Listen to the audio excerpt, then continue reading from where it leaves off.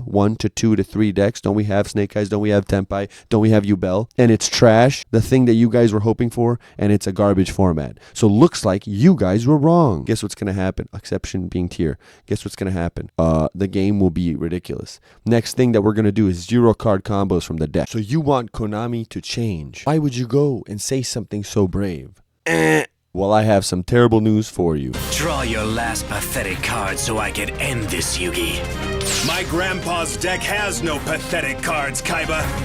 But it does contain the unstoppable Dueling Wave. Welcome back to the channel, guys. So glad to see each and every one of you here. All of your smiling faces, even though you are just a camera. First and foremost, we have to do the standard for this channel currently. Since we don't have a sponsor, Konami and all of their cronies don't want to give me lots of money. We have to shout out our Discord, which is our one and only real sponsor. The sponsor was the friends we made along the way. Come to our Discord if that interests you. It's in the description below. We've got our own ban list where we play our own format. We have like 180 members at this point. Not everyone participates, obviously, in the tournaments, but we all play together. It's a great time. We've banned all the floodgates. Well, all the bad ones, really. We've banned all of the really broken extra deck monsters. The game is interactive. The game is really fun. You can run board breakers. You can run hand traps. If you want to play tier limits, we kick Hello's back in the same capacity, similar to kind of like how Master Duel does it, just a little bit different way. We have our own thing called a semi-forbidden list. Go check it out. It's pretty interesting. It's a nice little idea added on to the current ban list, since so many new cards in the modern day are not affected by going to 1. You'd have to essentially just ban them. Well, this is kind of a little halfway point between limited and banned. If you want to play Zodiacs, we have Zodiacs all at 3, except for Broad Bull, he's at 1. You want to play really fun spell cards, we have Monster Reborn at 3, Grass at 3, Snatch Steel, Change of Heart, all those steel cards at 3. So you can play second. You can actually play second and it works. You can build a going second deck. Can you believe it? So if that sounds sweet to you, we have a really great community. It's growing. We've doubled in the last month, which is awesome to see. Shout out to each and every one of you that have joined, and anyone that's thinking about joining, go down in the description below. Come. We'd love to have you. We've got great conversations going on, great people. Come on, what are you doing? What are you waiting for? Get over there right now, right here, right now, right here. Anyways, back to the video. What is the #1 problem with Yu-Gi-Oh? Well, it's the fact that Konami is a multi-billion-dollar company, and contrary to popular belief, they do not care what some random guy in America, in Europe, in Oceania have to say. Hell, they don't even really care about what someone in Japan would have to say. It would have to be a collection of multiple people that come together to be able to do anything to this company whatsoever, and even that might not be enough. Why is this bad news for us? Well, the Konami TCG is viewed as an afterthought. This is mostly a Konami Yu-Gi-Oh TCG channel, so that's what we're going to be talking mostly about. Or yet worse, the Konami Yu-Gi-Oh TCG is not merely an afterthought, it's even viewed maliciously and predatorily, evidenced by the fact that they have done what they've done with Yu-Gi-Oh rarities being bumped up and reprints taking a million years. I know some of you other people from other card games will say, oh wow, Konami's reprint strategy is really cool. Sure, but when you get into the nitty gritty, compared to Magic, it might be, but look in the nitty gritty, right? Maybe I'm wrong, but guys, can someone in the comments below tell me, does Magic print basically new meta staples every set that you have to get, or else you are objectively at a worse position? You can't pick something else. It's not like you can just pick another deck. No, this staple goes in every deck. Does Magic do that? Does the Wizards of the Coast or whatever, right? I'm not sure that they do, but whatever, I can be proven wrong. What are the current problems with this game that are ruining the player and customer experience? Well, let's get down to price support being crappy. Who would have thought that spending thousands of dollars on a deck, traveling far away from your home, taking down the best duelists in that region or maybe even the country, after weeks of preparation, should be rewarded with nothing more than an acrylic Dollar Tree trophy and a vanilla card that will do nothing more than sit on eBay for months at a price tag of about $300 to $500, which is not even enough to cover the hotel. The predatory rarity of all the cards that we've already discussed. Cards regularly come in secret rare and ludicrously expensive price tags because we have no alternative print for a year and change. Look at Pot of Prosperity. How long did it take to reprint that card? And then how long did it take to reprint it again? Because that reprint doesn't even count. They just reprint in the same rare. The lack of events. Look at EU, dude. They didn't have a YCS for, what was it, 3 millennia? There's no way to import new players. No easy way, at least. And don't get me started on the insanity of modern day power creep, which is, here's this new deck. It's twice as good as the last deck. Guys, how many times can you, this is an exponential movement. If you make the next best deck twice as good as the last deck, guess what's going to happen? Exception being tier. Guess what's going to happen? The game will be ridiculous. Next thing that we're going to do is 0 card combos from the deck. The problems are getting so exacerbated that players are quitting. And yes, players have always quit this game. But at this moment, we're at a all-time high. We all saw the situation with that one guy. I forget what his name, something Hawk or whatever, where he made a whole video and explained everything why he's quitting and all whatnot. Then you have the Jessica story, where a highly competitive, very good player quits the game because of Konami's just unbelievable refusal to fix some of these super fixable problems about the game. Options abound for alternatives to Yu-Gi-Oh! You have Lorcana. You have Digimon, you have Pokemon, you have Magic, you have One Piece, you have whatever you'd like to play. There's a bunch. Go to Walmart, you'll see them all. And they're not even that expensive to get into. And the pricing is great. You can literally, just being a solid Yu-Gi-Oh player, like the stuff that we don't get anything for, they get compensated for. Theoretically, these options, these players quitting, all of these negative things should be enough for Konami to wake up and smell the manure-covered roses. Not exactly, my good friend. As we mentioned earlier in the video,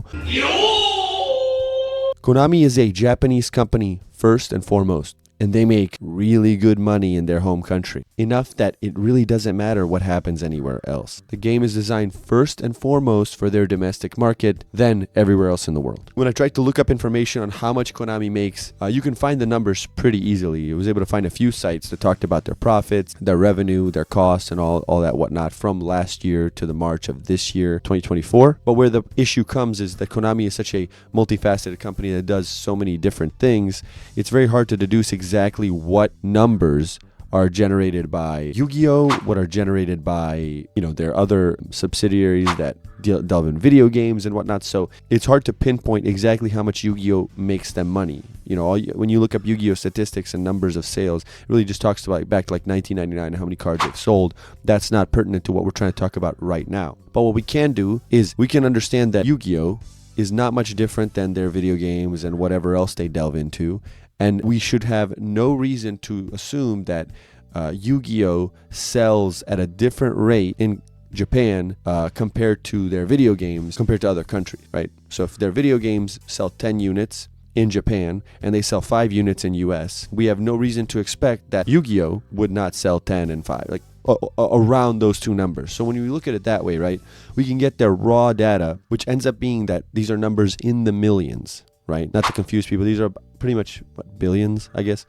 256,000 yen was their revenue last year in Japan. 256,000 millions, right? So that ends up being 256 billion, essentially. 256 billion yen was the Japanese revenue for Konami for all of their brands. That number is 3x every other region in the world combined.